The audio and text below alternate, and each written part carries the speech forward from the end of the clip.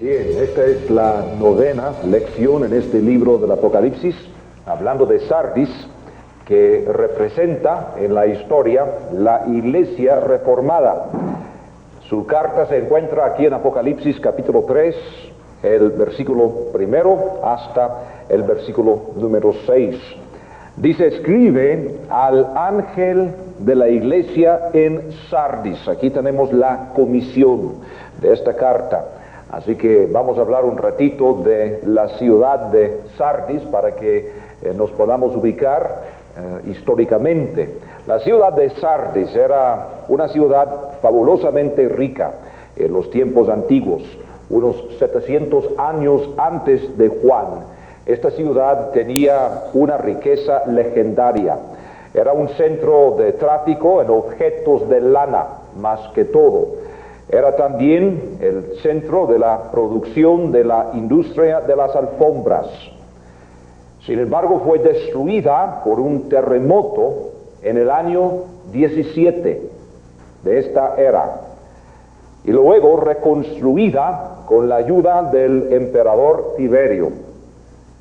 Sin embargo, aún con toda la ayuda del Imperio Romano, jamás alcanzó su esplendor de la antigüedad. Era la capital de la provincia de Lidia, en Asia, o Asia Menor, como se dice hoy en día. Siempre era una ciudad rica, pero degenerada. Lo que nos interesa a nosotros es la iglesia que estaba en Sardis. Jesús les dijo: conozco tus obras. Era una iglesia muerta, en realidad, y ciertamente Cristo conoce nuestras obras, sean buenas o malas. Sin embargo, esta iglesia tenía una reputación de vida, una iglesia muy respetable, pero muerta. La membresía de esta iglesia estaba creciendo y hacía muchas obras, pero estaba muerta. Y por eso es un buen cuadro de la iglesia reformada, porque la reforma tenía que ver con un asunto muy básico: la ley o la gracia, en relación con la política de la iglesia romana. Fue una reacción contra la introducción de muchas costumbres paganas en la iglesia cristiana durante la Edad Media, o la Edad de Oscuridad, el milenio satánico, como hemos dicho. Y tenemos que recordar que no todos aceptaban los cambios en la iglesia durante este tiempo, viendo la introducción de todas estas costumbres paganas. Pero la iglesia de la Reforma tenía dos fallas principales. La iglesia jamás se divorció del Estado. Como les explicaba en otra lección, la iglesia luterana, por ejemplo, nunca se divorció del Estado. Hasta el día de hoy, la iglesia luterana es una iglesia estatal. En Alemania, por ejemplo, o en Noruega, donde estuvieron los hermanos, la iglesia tiene sus pastores pagados por el Estado. Parte de los impuestos de toda la población van para pagar los pastores y para sostener la iglesia. Es una iglesia estatal, no es una iglesia libre, es una iglesia estatal.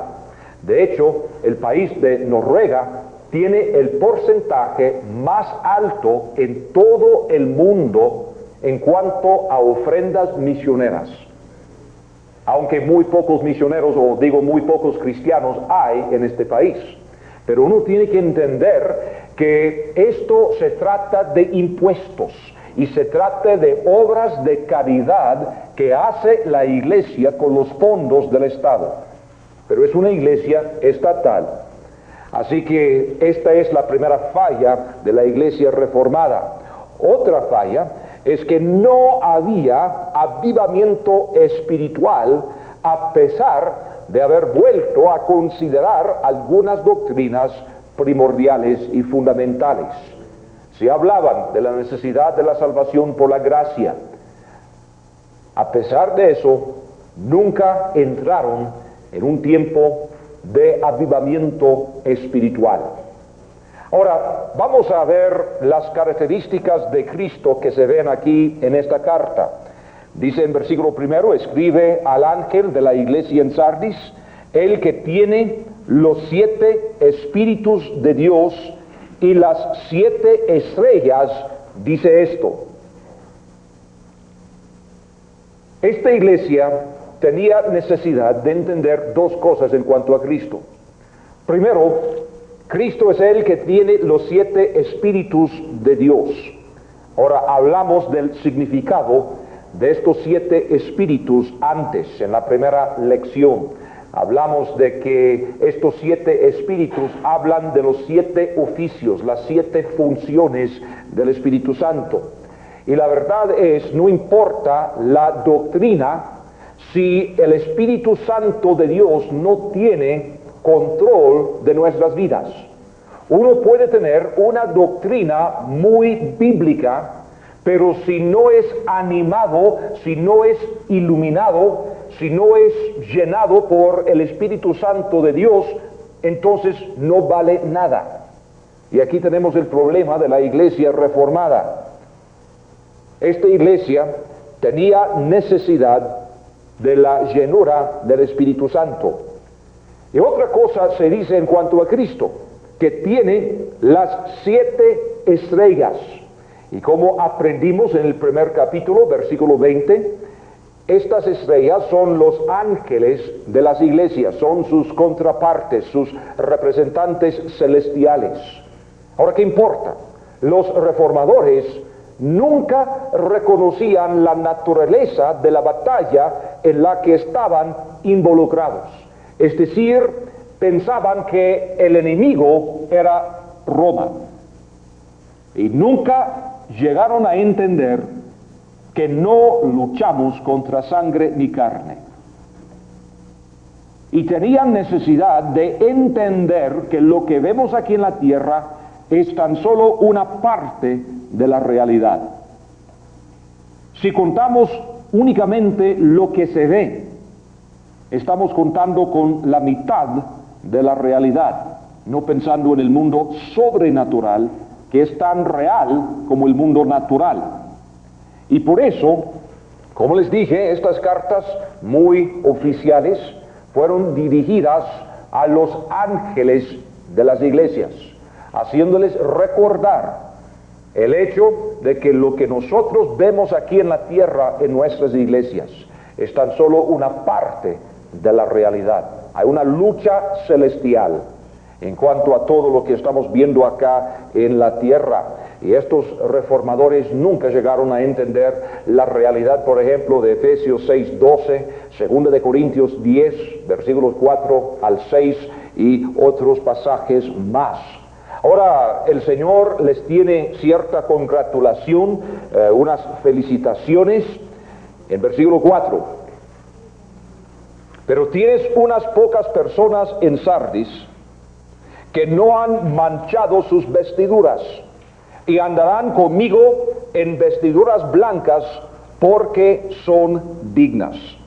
Ahora, esta es la felicitación más corta de todas.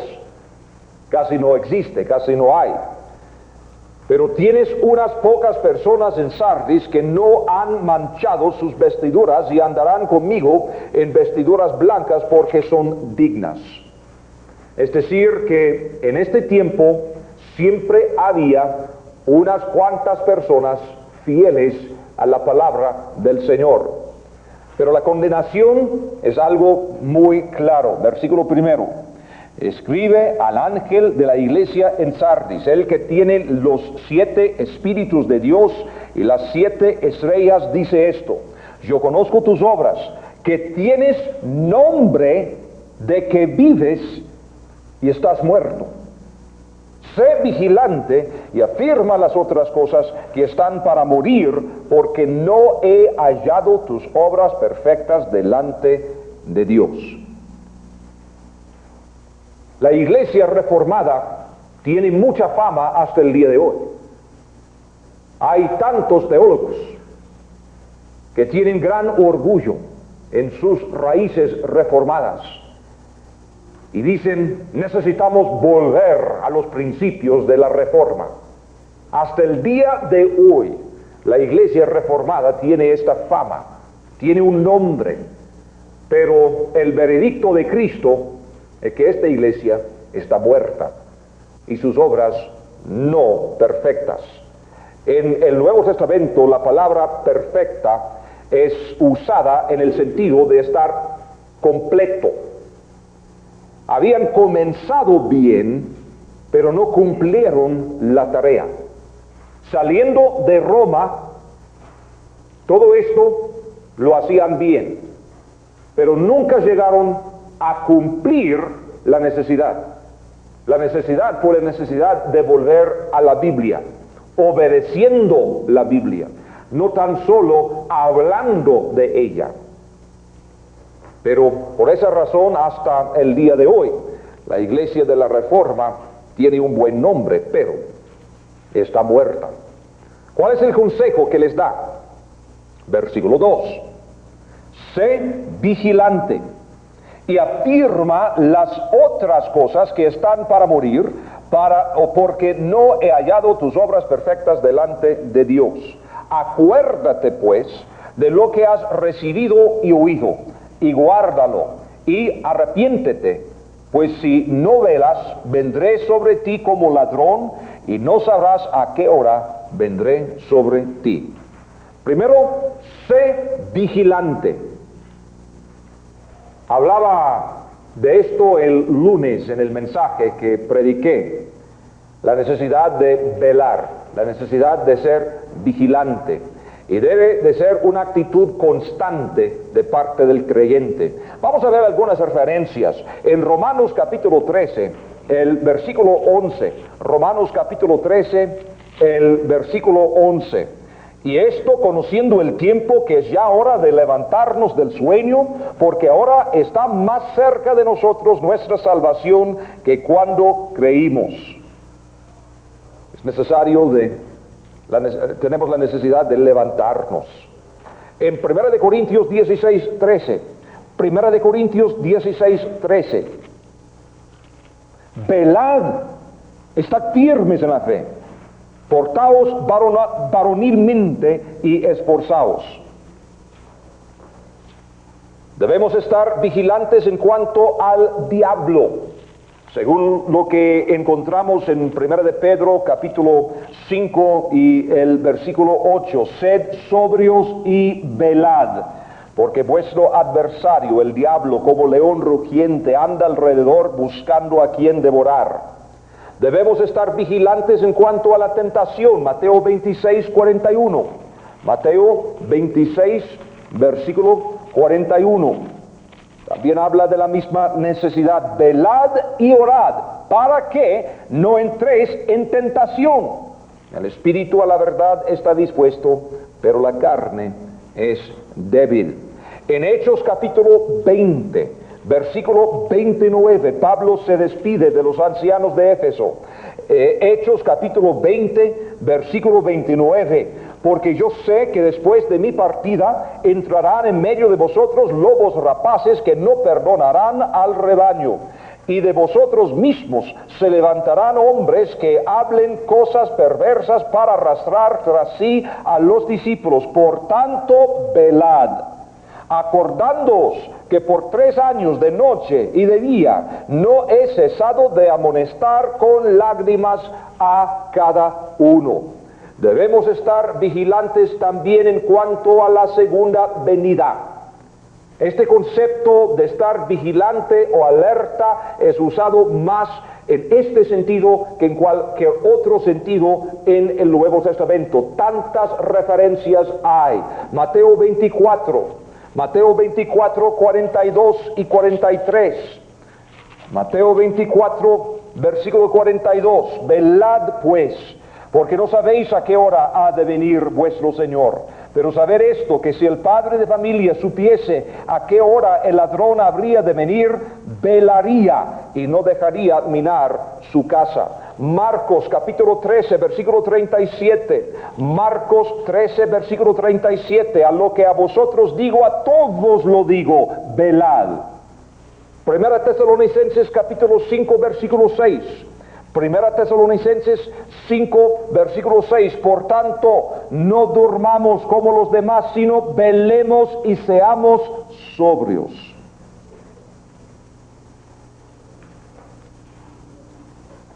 Los reformadores no tenían una buena escatología. No estaban vigilando. No estaban velando. Tampoco se separó la iglesia reformada del mundo, como les dije. Nunca se divorció del mundo. Siguen siendo iglesias del Estado. Pero qué interesante que la separación del mundo es el resultado de una buena escatología. Porque en 1 de Juan, capítulo 3, el primer versículo. 1 de Juan, capítulo 3, versículo primero, mirad cuál amor nos ha dado el Padre, para que seamos llamados hijos de Dios. Por esto el mundo no nos conoce, porque no le conoció a Él. Amados, ahora somos hijos de Dios y aún no se ha manifestado lo que hemos de ser. Pero sabemos que cuando Él se manifieste, seremos semejantes a Él, porque le veremos tal como Él es. Y todo aquel que tiene esta esperanza en Él, se purifica a sí mismo, así como Él es puro. Pastor, si hay problemas en cuanto a la santidad en las vidas de los miembros de tu congregación, lo que debes hacer es predicar sobre la escatología. Así dice la Biblia. Cuando las personas no viven vidas santas, cuando no se purifican, es porque no creen que Cristo viene. Si tienen esta esperanza, se purifican. Así nos dice la Biblia. El pastor puede aprender qué predicar por estudiar la misma Biblia. Esta Biblia nos dice que predicar en cualquier situación. Y si de repente hay problemas de separación que salen por aquí, por allá, por el otro lado, siempre hay hermanos en la iglesia que no quieren vivir vidas santas. Claro, pero si se hace un escándalo, y si es algo universal en la iglesia, si hay problemas grandes en cuanto a la separación, es una señal que ya es tiempo de predicar sobre la segunda venida del Señor Jesucristo, y fuertemente, y hasta que la situación se aclare. Porque una buena escatología resulta en una separación del mundo. ¿Y qué tal vigilante eres tú? ¿Estás velando? Otra cosa les dice en versículo 2, afirma las otras cosas que están para morir. Afirma las otras cosas que están para morir. Los reformadores hicieron bien con su doctrina de la salvación. Pero ¿qué en cuanto a las demás doctrinas? Lutero llegó a entender que la salvación es por la gracia, no por las obras. Pero a él nunca le ocurrió ganar almas. Él dijo que dentro de 100 años no habría cristianos porque no habrá quienes ganar a los inconversos. Porque nunca le ocurrió ganar almas. No entendía nada en cuanto a misiones. Él dijo, bueno, si los apóstoles no lo hicieron, no es mi culpa. Si ellos no llegaron a cumplir la gran comisión, ¿qué tengo que ver yo? Por eso dijo, dentro de 100 años no habrá cristianos. Lástima que los apóstoles fracasaron. Qué bueno que llegó a decir que la salvación es por la gracia, no por las obras de la Iglesia Católica Romana. Pero las otras doctrinas, las doctrinas que están para morir, ¿qué de estas cosas? Tenemos necesidad de todo el consejo de Dios. Como vimos en Hechos capítulo 20, cuando Pablo se despedía de los ancianos de Éfeso. Pablo les había entregado todo el consejo de Dios. Y pregunto, pastor, ¿tienes un plan para enseñar todo el consejo de Dios a tu iglesia? ¿Tienes un plan? Entonces, ¿cómo lo vas a hacer? Me dices, hermano, ¿eso quiere decir que tengo que predicar sobre cada libro en la Biblia? No necesariamente, porque vamos a calcular. Yo tengo ahora 10 años de estar en la iglesia donde estoy actualmente. Y en esos 10 años creo que he predicado unos 16 libros de los 66. Ahora, si vivo a tener 150 años, posiblemente logro terminar. El problema es que muchos de los hermanos habrán muerto antes de llegar a escuchar todo el consejo de Dios. Ahora, pastor, esto quiere decir que es imposible enseñar todo el consejo de Dios desde el púlpito. Figúrate, es imposible enseñar todo el consejo de Dios desde el púlpito. No queda tiempo. Nosotros estamos pasando 2 días y medio, 8 horas cada día estudiando para ver un solo libro de la Biblia más o menos. Y si la responsabilidad que tenemos es enseñar todo el consejo de Dios, olvídate eso de dar el consejo de Dios, todo el consejo de Dios desde el púlpito. Entonces, ¿cuál es tu plan? ¿Cuál es tu plan? Si no, vamos a caer en la misma trampa de los reformadores. Vamos a hablar bien de algunas doctrinas, pero otras doctrinas estarán para morir. Porque no hay ningún pastor en este mundo que tiene, primero, la capacidad, o segundo, el tiempo para enseñar todo el consejo de Dios a su congregación, contando con los tiempos que predica, aunque predicara 3, 4, 5 veces a la semana. Es imposible. Entonces, ¿cuál es el plan que tienes? Por eso hablamos tanto de lo que es el discipulado bíblico. Porque si toda la iglesia no está enseñando, no se hará. El pastor tiene necesidad de que todos los miembros de la iglesia estén enseñando la Biblia. Y tan solo así se puede alcanzar todo el consejo de Dios. El problema es que muchas veces el pastor se cree Tarzán, ¿verdad? Y cree que todo lo tiene que hacer él solo, porque él es el único que puede, que tiene la capacidad, y todo depende de él. Y si todo depende de una sola persona, que no sea Cristo, tenemos problemas muy serios. Entonces, ¿cuál es el plan para capacitar a cada miembro de la iglesia, para que cada miembro de la iglesia esté ministrando la palabra de Dios según la comisión que hemos recibido? Este es el problema de la iglesia reformada.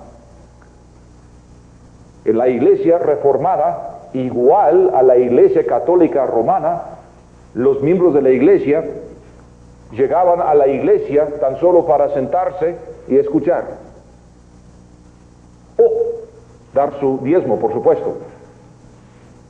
Pero fuera de eso, muy poca oportunidad para ministrar la palabra.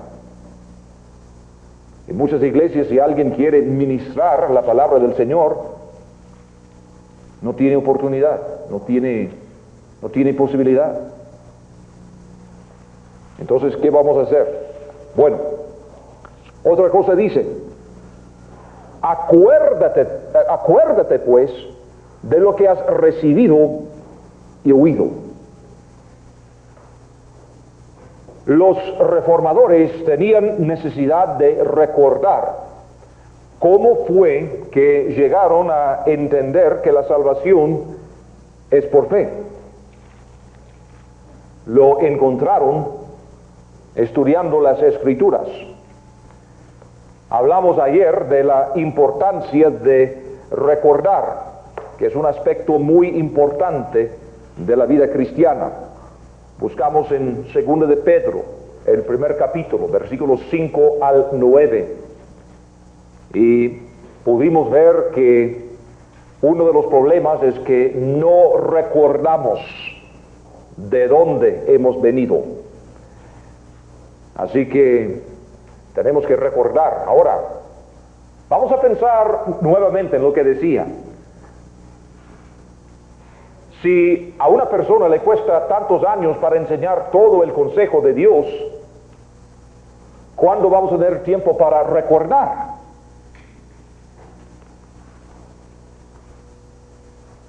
Muchas iglesias no pueden recordar porque no lo saben. Uno no puede recordar lo que no sabe. Primero tenemos que enseñar todo el consejo de Dios y luego tenemos que repetirlo vez tras vez. Uno de los elementos más importantes de la pedagogía es la repetición.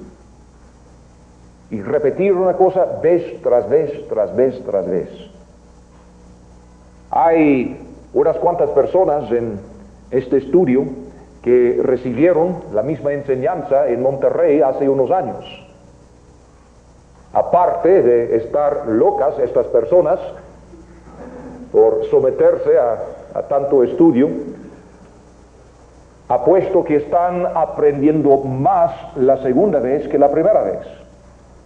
Porque este es el valor de repetir. Y si repetimos una cosa vez tras vez, tras vez, tras vez, entonces se puede aprender. Muchos pastores tienen la idea de que si repiten una cosa, entonces no vale. Al contrario, tan solo tenemos que examinar el ministerio de Cristo para ver que daba las mismas enseñanzas y los mismos mensajes en varias ocasiones, de acuerdo a la necesidad. La repetición, no la vana repetición, sino la repetición pedagógica, fue una parte importante de su ministerio. Tenemos que aprender por la repetición, recordando. En cuarto lugar, en versículo 3, y guárdalo. Los reformadores comenzaron bien, pero no habían retenido lo que habían logrado. Nadie puede vivir por mucho tiempo de una reputación pasada. Muchas veces cuando tenemos servicios de testimonios, los hermanos dicen: bueno, hermano, yo quisiera dar mi testimonio. Hace 35 años que yo acepté al Señor Jesucristo y cada vez es lo mismo. Pues qué bueno que siempre es precioso el día de aceptar a Cristo, pero dime, ¿qué está haciendo Cristo en tu vida el día de hoy? Y sinceramente, muchas personas no saben dar testimonio porque Dios no está haciendo nada en sus vidas el día de hoy, ni la semana pasada, ni el mes pasado, ni el año pasado. Y por eso cada vez que dan testimonio, hablan de cosas que pasaron hace muchos años, porque actualmente no hay nada que está pasando. Una señora de nuestra iglesia visitaba una iglesia en Alemania hace unos años y un día miércoles estaba en esta reunión de esta iglesia alemana y le pidieron dar su testimonio.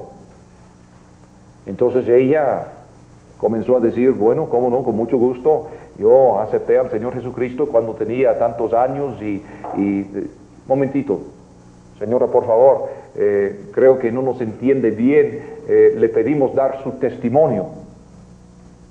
Pues sí, el testimonio es lo que Dios está haciendo en la vida de uno. Y qué bueno que usted es creyente, pero lo que nos interesa es lo que Dios está haciendo en su vida. Y quedó atónita y aprendió una buena lección. Si uno tendría que dar testimonio el día de hoy, ¿qué diría? ¿Qué está haciendo Dios en tu vida ahora mismo, en estos días? Uno no puede vivir de una reputación pasada. Tenemos que aplicar lo que hemos aprendido. Un conocimiento intelectual por sí mismo no es suficiente. Guárdalo, guárdalo. Que sea real todos los días. Y luego en versículo 3, arrepiéntete. Un cambio de dirección, como hemos dicho. Y le pone también una condición. Dice aquí en Apocalipsis capítulo 3, acuérdate pues de lo que has recibido y oído, y guárdalo, arrepiéntete, pues si no velas, vendré sobre ti como ladrón, y no sabrás a qué hora vendré sobre ti. Dice en versículo 5, el que venciere será vestido de vestiduras blancas, y no borraré su nombre del libro de la vida, y confesaré su nombre delante de mi Padre y delante de sus ángeles. El que tiene oído, oiga lo que el Espíritu dice a las iglesias. Ahora tenemos que recordar, como hemos dicho varias veces, que somos vencedores ya en Cristo Jesús. Primera de Juan 5, Romanos 8, 37. Dice aquí, será vestido de vestiduras blancas. Ahora, las vestiduras blancas en la Biblia simbolizan justicia. Desde los días de los sacerdotes del Antiguo Testamento hasta este mismo libro del Apocalipsis. Tenemos que vestirnos de vestiduras blancas. Ahora tenemos que recordar que según 2 de Corintios capítulo 5 y el versículo 21, Cristo es nuestra justicia, Él mismo. Nosotros no tenemos justicia propia que sea lo suficiente para llegar a ganar el favor de Dios. Cristo es nuestra justicia. Romanos capítulo 4, versículo 4 también, Romanos 4, 4. Pero al que obra, no se le cuenta al salario como gracia, sino como deuda. Mas al que no obra, sino cree en aquel que justifica al impío, su fe le es contada por justicia. Como también David habla de la bienaventuranza del hombre a quien Dios atribuye justicia sin obras, diciendo, bienaventurados aquellos cuyas iniquidades son perdonadas y cuyos pecados son cubiertos. Bienaventurado el varón a quien el Señor no inculpa de pecado. Sin embargo, muchos pretenden establecer su propia justicia, no sabiendo lo que es vestirnos de vestiduras blancas. El Salmo 104, versículo 2. El Salmo 104, versículo 2. Hablando de Dios, el que se cubre de luz como de vestidura. La vestidura de Dios es luz. A propósito, la vestidura de Adán y Eva fue la luz de Dios. Y por eso cuando pecaron, estaban desnudos, porque perdieron la luz de Dios. Y como creyentes, nuestra vestidura debe ser también la luz de la gloria de Cristo Jesús, quien es nuestra justicia. Y estos reformadores, luchando para establecer sus iglesias estatales, luchando con Roma, pretendiendo hacer las cosas ellos mismos, predicando, fíjense, una salvación por la pura gracia y viviendo una espiritualidad por las obras, cuando tenían necesidad de vestirse de vestiduras blancas. Otra vez dice aquí en Apocalipsis, y no borraré su nombre del libro de la vida, y confesaré su nombre delante de mi Padre y delante de sus ángeles. Ahora vamos a hablar de este libro de la vida más adelante. Por el momento tan solo vamos a decir algunas cosas. Parece que este libro de la vida tiene el nombre de cada persona que nace. Cuando Cristo murió, su muerte era suficiente para cubrir los pecados de ¿cuántas personas? Todas las personas, de todas las edades. Entonces, ¿por qué es que un hombre va al infierno? Porque rechaza la luz de Dios. Cada persona que nace con su nombre en el libro de la vida. Cuando rechaza la luz de Cristo, parece que su nombre es quitado, borrado. En Apocalipsis capítulo 20, versículo 15, otra vez encontramos este libro, y el que no se halló inscrito en el libro de la vida fue lanzado al lago de fuego. En el Salmo 69, versículo 28, en el Salmo 69, versículo 28, sean raídos del libro de los vivientes y no sean escritos entre los justos, hablando de los impíos. La misma enseñanza, el mismo pensamiento, que los malvados, los impíos, son aquellos cuyos nombres son borrados, quitados del libro de la vida. Éxodo 32:32. Palabras de Moisés, Éxodo 32:32. Que perdones ahora su pecado, y si no, ráeme ahora de tu libro que has escrito.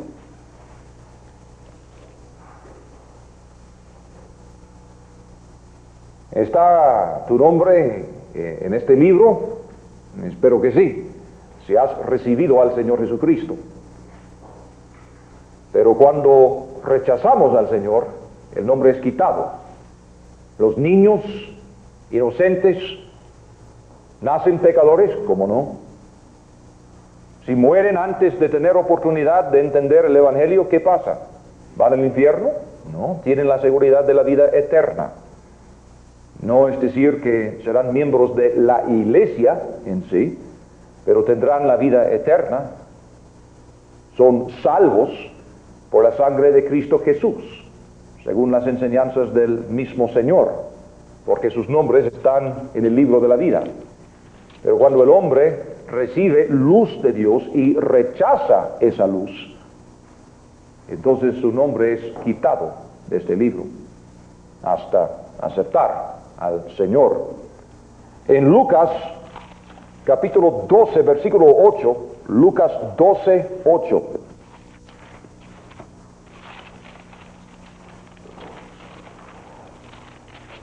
Dice, os digo que todo aquel que me confesare delante de los hombres, también el Hijo del Hombre le confesará delante de los ángeles de Dios.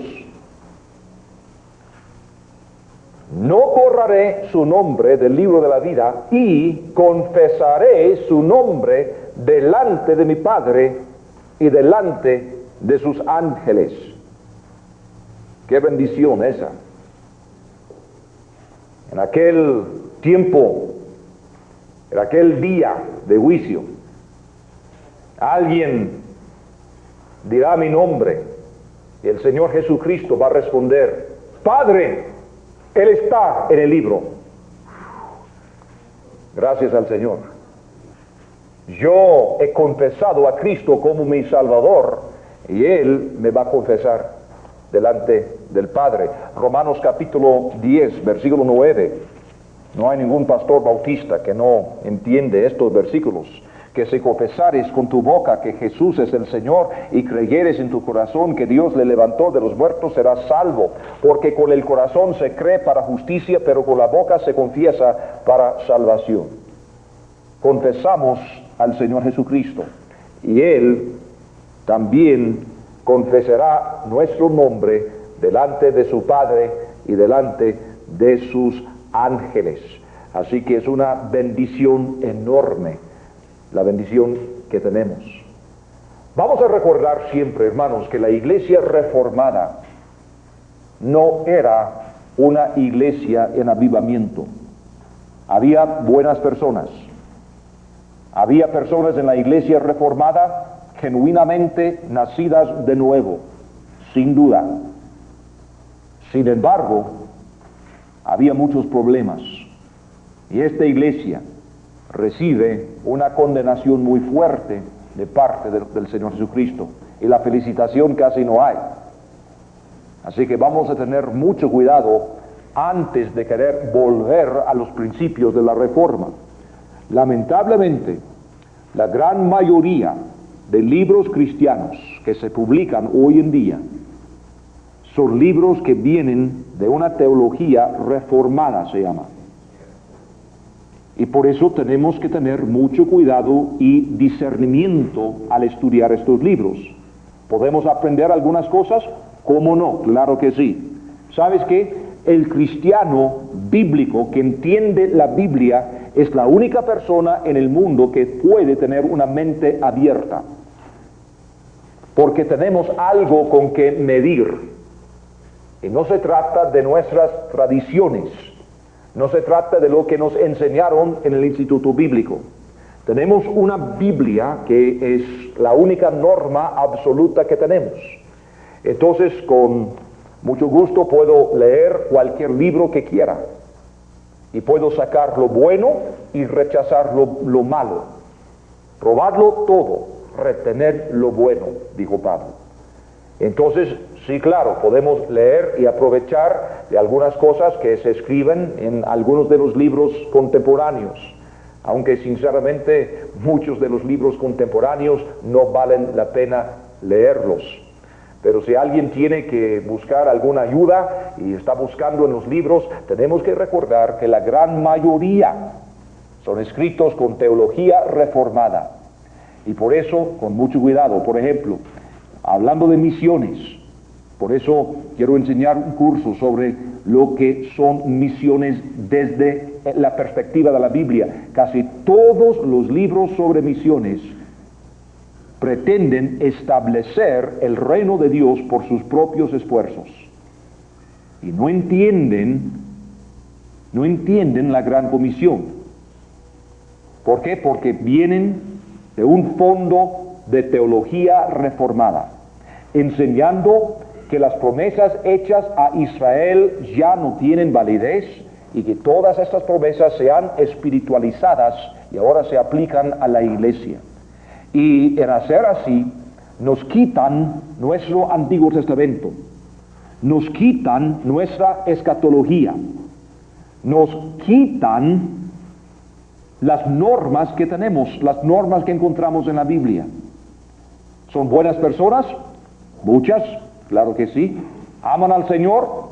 Muchos, sí. ¿Pueden enseñarnos algunas cosas? Claro que sí. Pero ¿hemos de recibir todo lo que dicen? No necesariamente. Oigan, no han de recibir todo lo que yo les digo, sino ser como los de Berea, buscando cada día en las Escrituras para ver si estas cosas son ciertas. Porque la norma es la Biblia. Y no hemos de confiar en ningún ser humano para ser nuestra autoridad. Y por eso les dije anteriormente que a veces no les doy todas las respuestas porque no quiero ser la autoridad. Tenemos que aprender lo que es buscar la respuesta en la Biblia, porque es la única autoridad que tenemos. Nos ayudamos los unos a los otros. Cada vez que vengo, algunos de ustedes me enseñan cosas de la Biblia que jamás las he visto. Ay, hermano, ¿qué quiere decir esto? A saber. Y algunos de ustedes dicen, hermano, mira lo que vi en la Biblia. ¡Qué maravilla! Nos ayudamos los unos a los otros, pero ninguno de nosotros es autoridad. La Biblia es nuestra autoridad. Los de la Reforma decían con mucho orgullo, nosotros nos basamos únicamente en las Escrituras. Qué bueno decirlo, pero su experiencia era otra. Y por eso tenían buena fama, pero según el Señor Jesucristo, una iglesia muerta.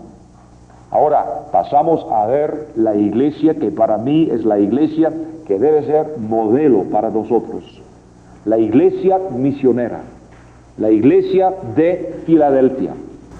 Pero ahora quizás sería un buen momento para descansar un ratito, permitir que arreglen el equipo, que cambien los videos y luego vamos a comenzar con la siguiente iglesia.